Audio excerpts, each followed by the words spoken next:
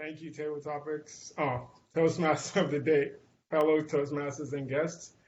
Change is not always fun to go through.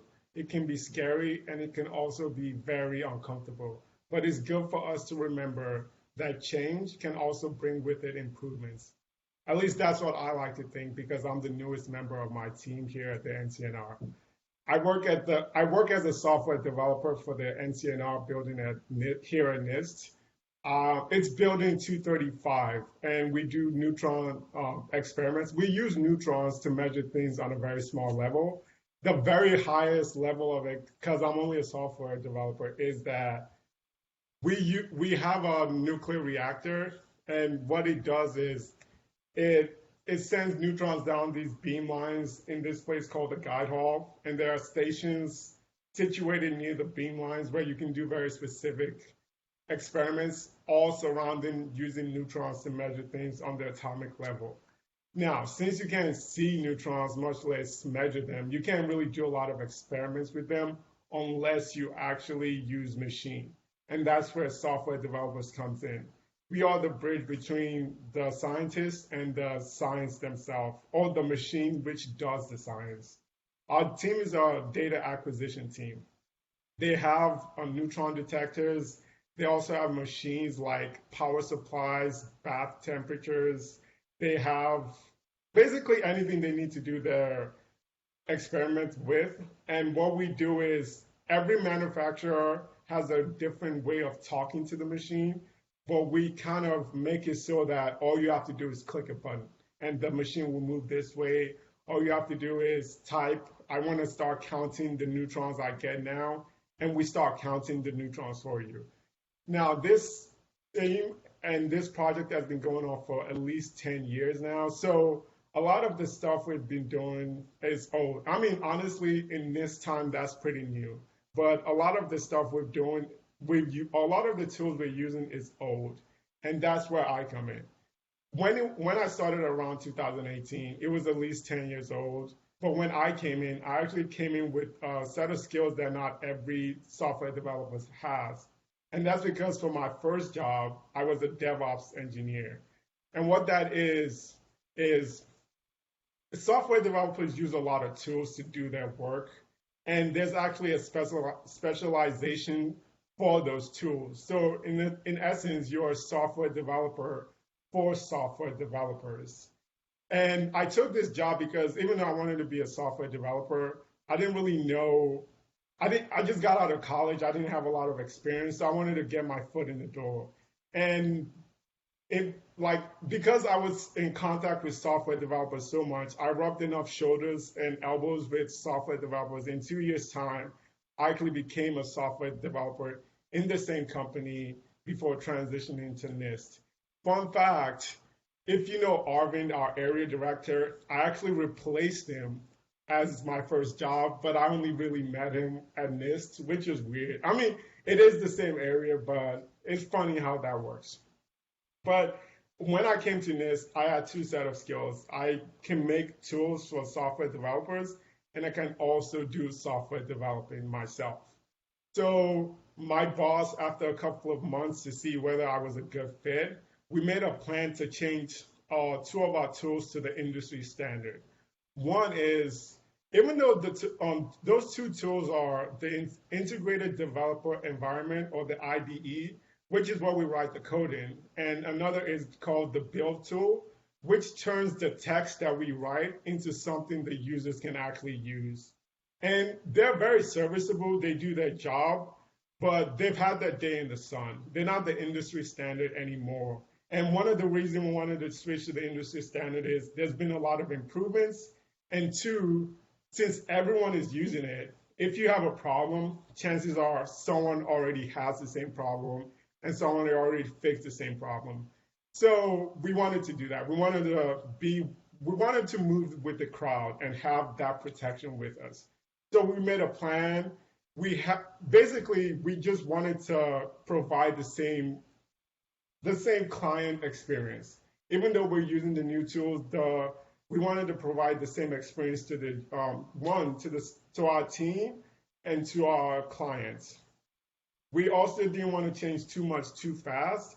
So the change actually happened locally on my computer first, and then we wanted to move it to the rest of the team. With my with my computer, since I had experience with DevOps and I was the one that was actually doing it, it went smoothly. There was no problem. I really enjoyed doing it. I liked it. I knew what was going on. It was fine. We had the same functionality. The first and I would say the biggest hiccup was actually the rest of the team trying it. And this is because they've been using the same stuff for 10 years. One of the things I actually had to do was make the new thing behave a little bit like the old thing to kind of lessen the curve and make them adopt it.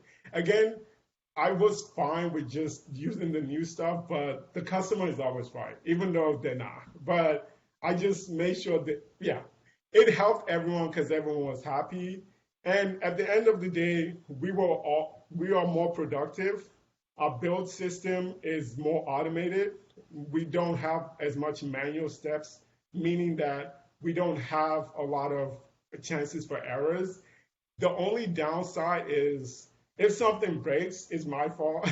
Not my fault in the sense that, oh no, Fawaz, you broke it. They come to me to fix it. And sometimes they are legitimate, and other times I'm like, you could have just looked this up, but okay, whatever. But again, at the end of the day, it was a very great way to have an impact on your team, especially so early. We've been using this new system for around 2 years now, and everyone likes it. And it's just one of the stories I tell myself whenever change happens that it can also not be so scary. It can be an improvement.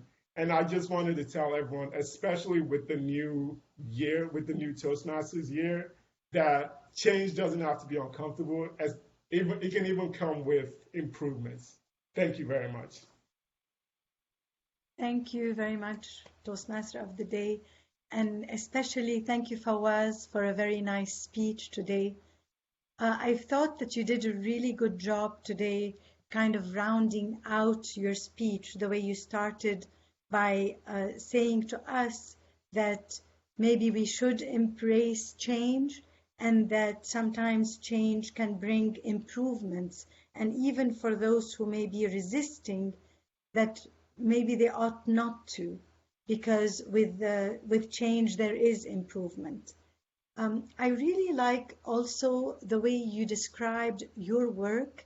It showed that you were really eager and that you really like your job and was excited about it. And that to me was very sensed with the way that you spoke about it.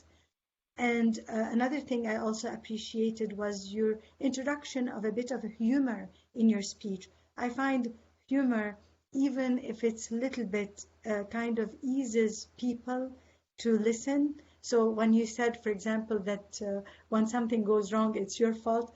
I mean, I found that really comical because not just about the customer is always right or the client is always right, but just in the way you said it. And I want to also compliment you, Fawaz, on a couple of things. Normally, in your speeches, you tend to say the words yeah, and in this speech, you only said it once. I was really impressed with you for ensuring not to use that filler word because it is your go-to filler word. You used a few other filler words, but I think they were not so egregious. I felt that they were all right. They still tied the sentence together. So some of the ones you've used were so, like, but. And one time you said the word whatever.